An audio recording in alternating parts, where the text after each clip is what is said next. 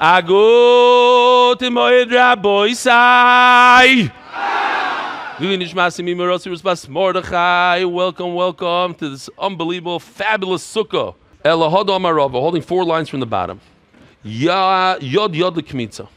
We just finished saying that if the Torah says the word kohen or etzba, and the Gemara says it depends. Sometimes you need 1, sometimes you need 2.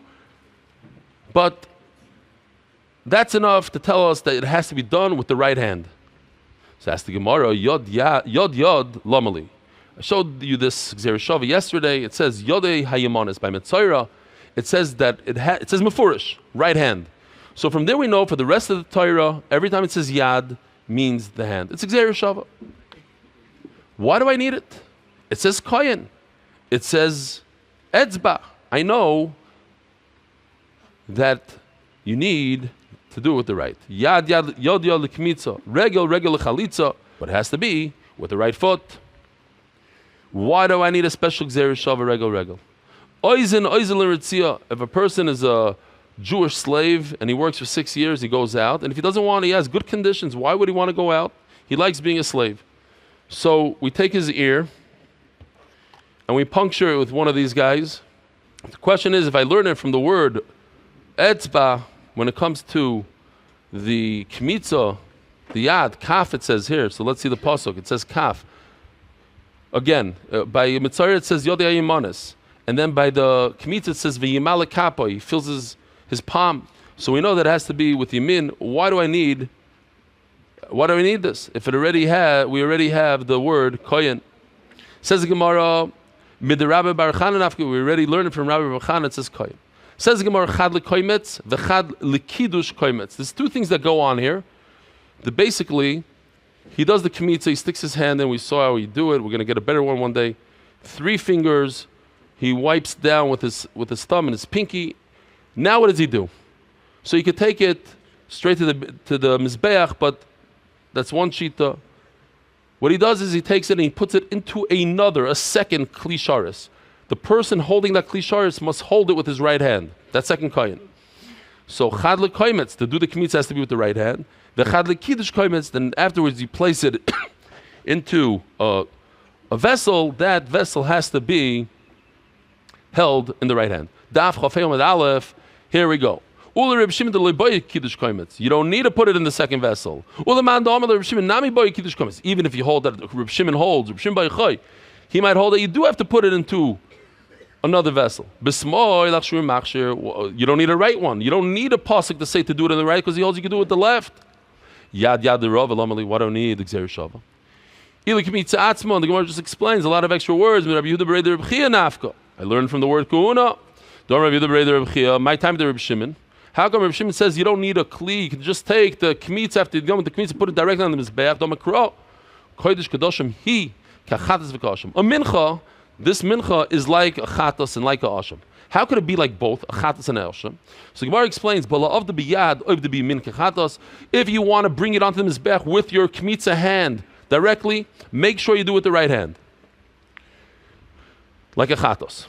What's a chatas? A chatas is you put the blood of the chatas on the corner of the mizbeach, on the horn, the top horn over there, with your right hand. Bala of the bekli, of the bismol. If you do it with a vessel, it doesn't mean bismol, it means also bismol, also with the left hand. Kasham. Says the Gemara, lo nitzricha. What do you need gzeir shava? Ela lekoimetz minchas choytei. I would think that somebody who sins and has to bring a chatos, has to bring a carbon, but he can't afford it. So what does he do? He brings a bunch of flour. This guy is a sinner. He should bring something without oil. So maybe he should also have to bring it with his left hand. What's the connection? So Rashi says, beautiful. Rabbi said, check this out. It's unbelievable. Says Rashi, what does logic dictate? Logic dictates that if the guy sinned, he had a chet, and he has to bring a sheep. But he can't afford the sheep. So we let him off the hook, and he has to bring a bunch of flour. Should he bring plain flour? We should make him work hard. He should bring a little bit of oil. It should cost him a little extra. He should have to bring some levina. It makes sense. We should make him. We should make his life miserable. No. That's your logic, not the Rebbeinu Shalom's logic. Rebbeinu Shalom says, no. You hear what he says? Rashi says, niskar. I want this guy to benefit. Why should he benefit? He's a sinner. No. I don't want it to be a nice carbon. I want it to be the worst carbon possible. Disgusting. You did a disgusting thing, you're going to bring a disgusting animal. MMA what? Therefore, I would have a havamina. Do it with your left. Let's continue. Do it disgustingly with your left. No. That's why I need Gzeir Shava. It should be with your right. Listen to this Mishnah. I'm going to ask you a question. You have to tell me the teretz. Nishbach Adam al Ritzba. If the blood spills out, you're shechting the animal, it spills all over the floor. Va'asafai. And he goes and he gathers it. Puzzle, here we have a video even. That's not a yishech, by the way. It's not from that area, but okay. I'm going to have to teach the artist. Oh, he goes and he vacuums it up a shtickle. If it spills from the kli sharas, in other words, you already grabbed it. You already did Kabbalah. You're finished with Kabbalah. Then you trip and it falls onto the floor. Then you can gather it with this machine and use it again. But if it's coming out of the animal and you missed it completely, you're like, and it just falls on the floor. You forgot to bring a kli. And then you try to gather it up from the floor. Says the Mishnah, it's possible.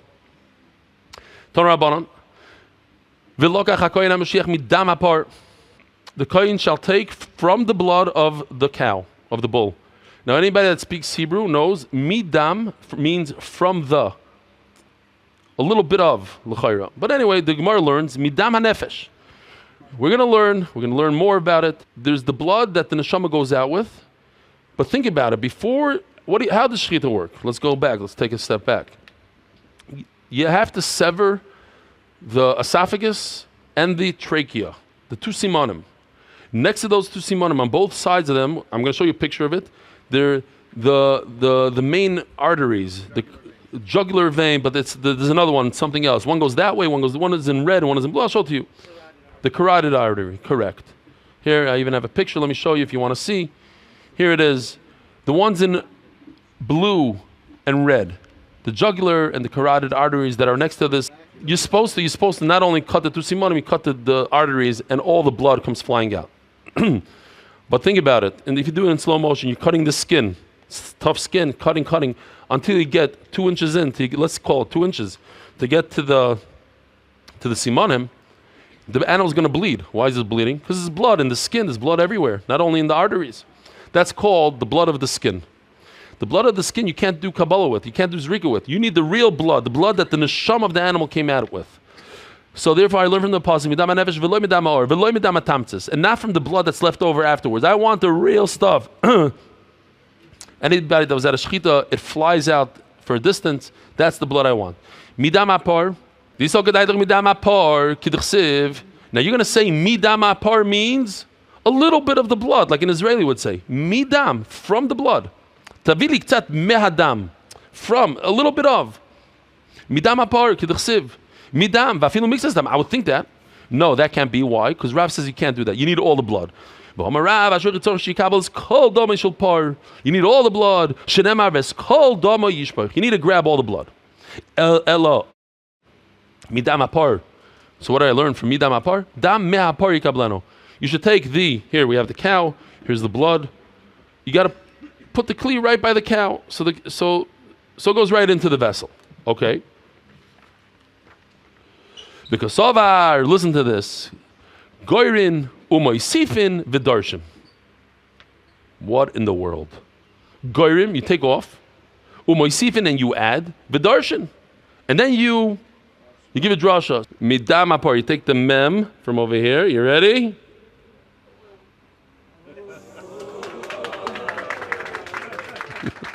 You take the mem from up here, goirea, you take it off. Moisif, you add it to the word below, and then you make a drasha. And that drasha comes out, midam ha'par, dam meha'pari kableno, that you should receive the blood directly from the cow.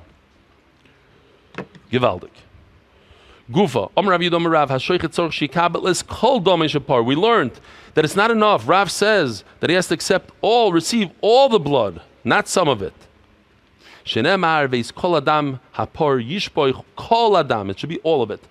Ask the Gemara, I don't understand what you're saying. Look at this pasuk. It says, "V'nosan akoyenes min adam al karnas mizbeach." We're already holding on the nesina. He's already putting the blood on the mizbeach. So what point are we at?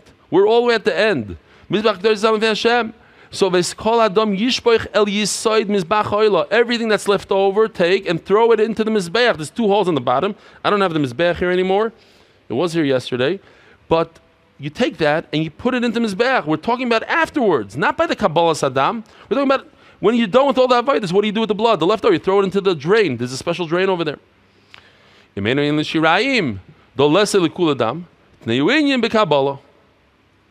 I can't use it for the shirayim because it says kol adam. How could you put all the blood in and you already used 25 milliliters to do the zrika, the whatever you have to do with the blood? So how could it be kol adam? It can't be all of it. Obviously, it's not talking about the shirayim. If I don't know what to do with it here, I'm going to use it for our sugya that the Kabbalah Saddam has to be all of the blood. I had a real video of this, but I thought it would be a little bit too much for a lot of people, so I'm just going to show you the still. This is real blood right after Shechita. There's a lot of blood, and it could drip down. There's a lot of it, and he actually shows in the video it all dripping down from Rav Weissfish. Now, what's the problem? The problem is that, as the Gemara is going to explain, I want the blood to come directly out of the neck and not off a knife, not off a floor. We said it can't come off the floor. It can't come off anything. It has to go directly from the neck into the kli. Very good. So Mamela, Shechet Tzorchi Agbia Sakin Lamala, lift it up a little bit. Shenemar, Velokach Medam Apar, Velom Medam Apar Vedov Acher. There shouldn't be any other vessel involved there. Ask the Gemara, now I want to use this knife again. I'm a Shechet. There's a ton of animals in line here. It's Carbon Pesach. There's millions. But if I use it on the next animal, what's going to happen? The blood from this animal is going to go on this animal. I can't mix the 2 bloods. What do? I need to wipe it off. Now I can't wipe it off on a little shmata. Why? Because the shmata is not kaddish. This blood has kedusha already. Why does blood have kedusha? Because it's touched the knife. The knife is a kli sharis. So what do? I got to wipe it off. How do you wipe it off? Omar Abaya, besvas mizrok. You have to use the kli here. Let's see what we have here. It's not so accurate. This is just for illustrative purposes only. The saber naim. Let's see.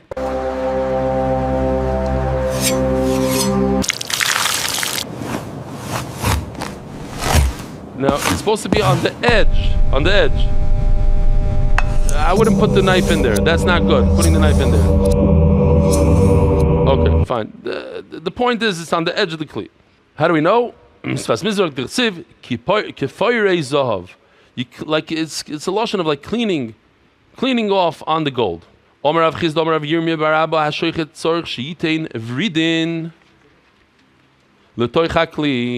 pretend that this is my kli. Where's my mum animal?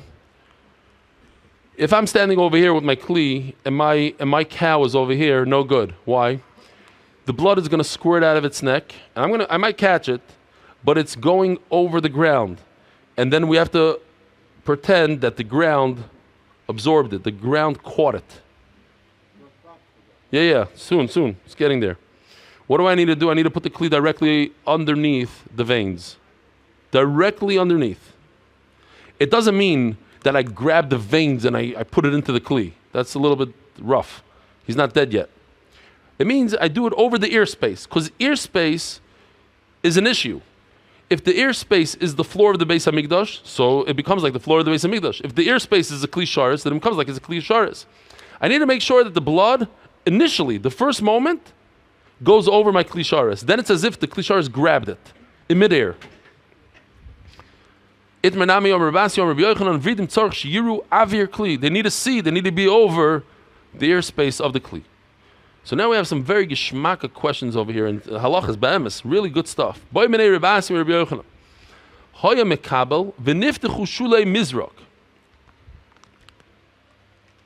Here, I made this cup special for today's shir. It's unbelievable. Hold on a second. Something fell in here. Interesting. This was a lot of work. Okay, anyway, we have a plastic cup, right? Pretend this is a kli sharis. So now I'm going to take the blood. I'm not going to do it. And let's say this is the neck of the animal. Here's an animal. The blood is pouring into the cup. But before it hits the bottom, it has a bottom. You see it has a bottom. Before it hits the bottom somehow opens up. You see how it opened up? Mamish, unbelievable. I'll tell you how I did it later. I don't know if they could see it on video. Yeah, they could. Okay. It opens up. It's all slow motion. You got to slow motion this. That's why Kosh Baruch Hu invented slow motion. Those days they had no idea. Slow motion. As it's in midair, whoop, stop, pause. And this thing, the trapdoor opens up. Boom. It wasn't supposed to be like that. It was created as a kli.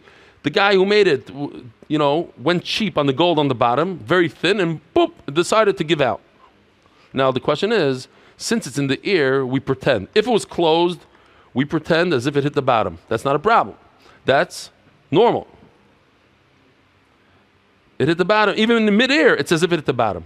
But since there is no bottom, so it's not hitting the bottom. But at one moment there was a bottom, but now there isn't a bottom. So how do I view it? The bottom of the mizrak, that's the kli sharis that receives the blood. Is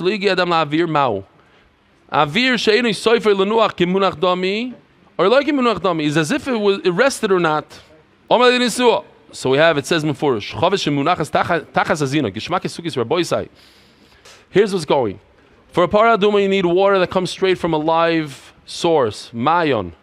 This is kosher water for a paraduma. Up until he takes this pipe. Now this pipe is kosher. The pipe has a hole on both sides, so it's not a kli, right? It's not a kli. Why does he use this pipe? It's like snowboarding. You want to get the water to go over the rock, not to fall down the rock. You want it to go away. You want to catch the water in your vessel.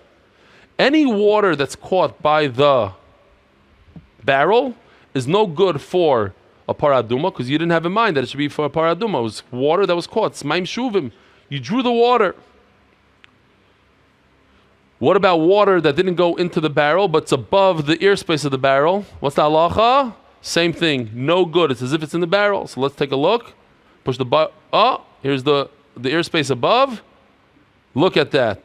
That water that's in the airspace becomes puzzle. I love what he did here. He changed it. Last night, it was all red because he was in a rush. Okay. The next halacha is, and we'll see it inside, if you take the barrel, nothing really changes. You put it up all the way to there.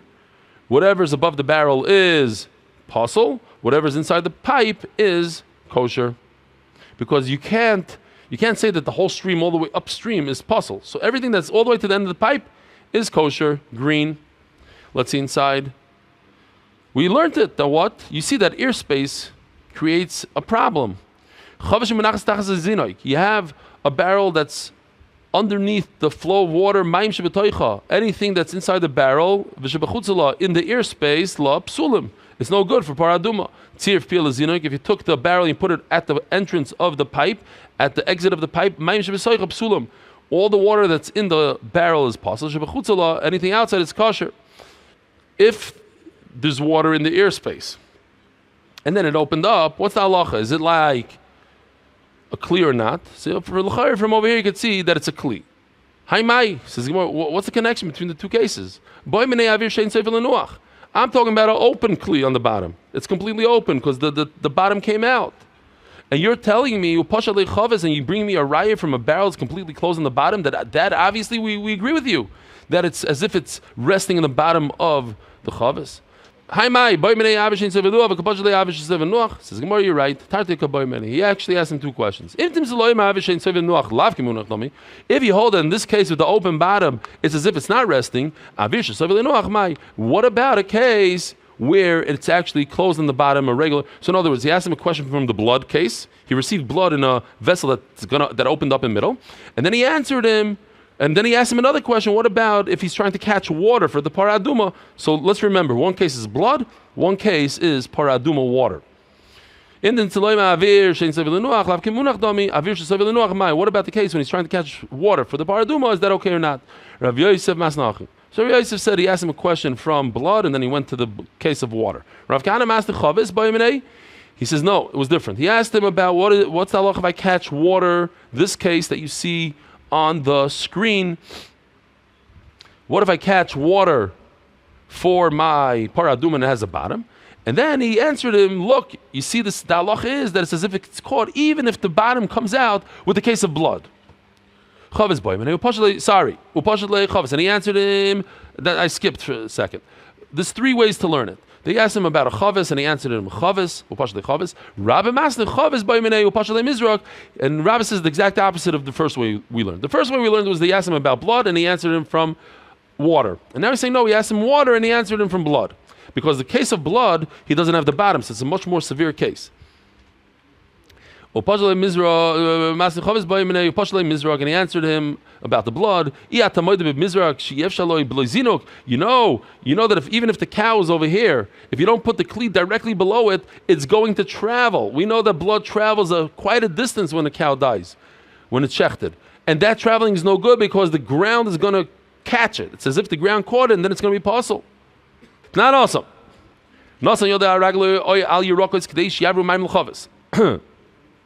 So in skateboarding and in snowboarding and skiing, they have these, what are they called now? Ramps. What are they called? Not ramps. Who skis here? Half pipe, not half pipe.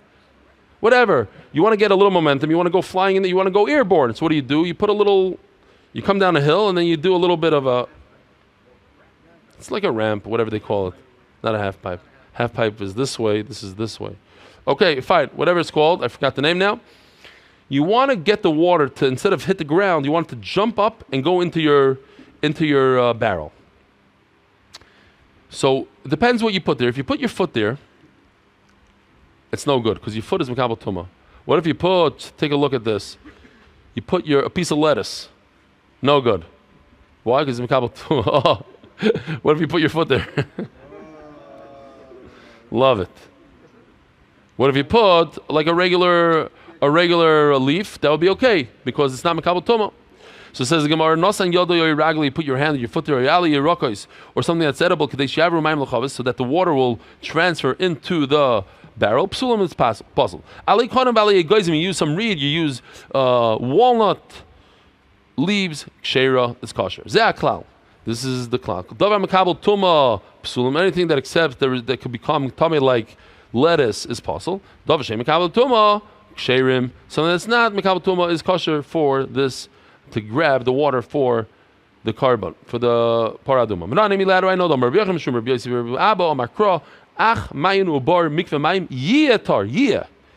is yiyatar? Have a yasan, that the way you created, the way you got to it, okay.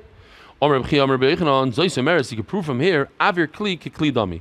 The ear space is like the actual kli. Why? Because you have to say that the water, the reason why the water over here is possible is because it's in the ear space of the kli. So you see that ear space is what puzzles it. Who told you that it goes airborne like in this picture right over here? Maybe it goes down the wall and he grabs from the bottom. Omarle, this is one of those interesting times in Shas. He says, Troda. So he couldn't listen to it. He exploded. It doesn't make any sense what he's saying. It says mefurish that it's airborne. It says Kadesh Yavru Mayim L'Chavistnan. It's airborne. It goes over. Shiavru. It doesn't say that he picked it off the ground. Shiavru. It made a little bit of a jump. I learned this from the testimony of Reb Tzaddik that what Snan hey Reb Tzaddik ala zeichen shekilchon bali goizen. If I have water that's like streaming down, it's on the ground, it's zoichel, it's crawling down the ground, and I use a leaf, a walnut leaf. Shenk sherim. Zoya ma'aseh ba'aliyah. Zoya ma'aseh ba'aliyah. There was a story like that. They used a ramp to get him to jump, or to get the water to jump. They said it's kosher. Why? Because it was made out of stuff that's not mekabel tumah from walnut. Amr Reb Zera, Amr Rebbe. Here's that story. Rabbi said this is a shocker. If just for this halacha, go home, repeat this halacha to yourselves. Tell your friends about it. Those who don't do the daf. Hatzarim oizen apar. You poke here, mamish like this. I did it to him. Unbelievable. Hatzarim oizen apar. You take your thing. We're somewhere over here. Yeah. Oh. The guy is dead. He's mamish dead. Shechita dead. And you poke his ear. You make a hole in his ear. That's what we said today. You got to be careful. A lot of the animals, when Beis Hamikdash comes, A lot of the animals have a tag in their ear, right through the ear. It's a mum. Can't use that animal. He's dead. He's lying on the Beis Hamikdash floor. And then he received the blood. Puzzle. It's mamish puzzle. Unbelievable. He has to be from the cow that was there before, the cow that was kosher, not puzzle. A cow without a mum. Says Gemara Ashkechon Kachi Kachim. That's great. That pasuk is talking about a chatas. Kachi Kalam. How do you know? How do you know the other category of karbonis like a carbon pesach minolan? Omar Rava Tanya said Tomim Zocher ben Shana. Omar Rava Tanya said Tomim. Just a few more lines. Said Tomim Zocher ben Shana. Shiyeh Tomim uben Shana b'shas shchita. Obviously, he has to be complete without a mum when you're shechting him, and also a year old. This is the tremendous chiddush. He has to be a year old when we're doing kabbalah and halacha. He can't have any mum when you're doing kabbalah and halacha. He has to be complete and a year old, which is interesting. How could he not be a year old? If he was a year old when you did shechita, so he's a year old when you did kabbalah. Now you know the answer. You shechted